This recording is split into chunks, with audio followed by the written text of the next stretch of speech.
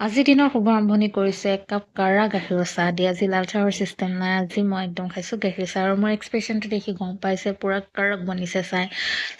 আৰু এয়া লগত আছিলে ৰুটি আৰু দালি আৰু লগত মই পিঁয়াজ জলকীয়া অকণ কাটি লৈছোঁ, যিটো খাই মানে মোৰ বৰ ভাল লাগে। অকণমান মানে পূৰা চটফটা হ'ব লাগে বস্তুবিলাক।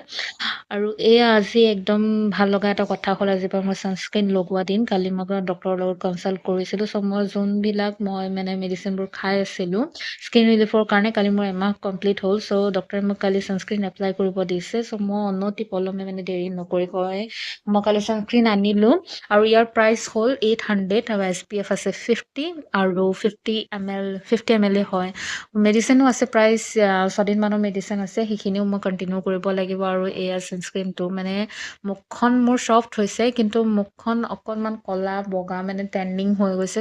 এয়া আজিৰ পৰা আৰু মই পৰিত্ৰাণ পাম। আৰু মই ভাবিছিলোঁ টিউবটো বেয়া নেকি, দুবাৰ তিনিবাৰ হেৰি কৰিছোঁ, ওলোৱা নাই। বাট নাই, টিউবটো ঠিকে আছে। এয়া ছানস্ক্ৰীন এপ্লাই কৰিলোঁ আৰু তেনেকুৱাতে মায়ে এফালৰ পৰা মাত দিলে বোলে পাচলিকেইটা কাটি দিব লাগে। এয়া চুলি তুলি বান্ধি একদম আকৌ পাকঘৰত সোমালোঁ মাক অকণ সহায় কৰি দিবলৈ। আৰু মই আগতে ইকুৱালজিকেল ছানস্ক্ৰীন ইউজ কৰি আছিলোঁ, সেইটো বেয়া নাছিলে, কিন্তু মোৰ স্কিনত শ্বুট কৰা নাই।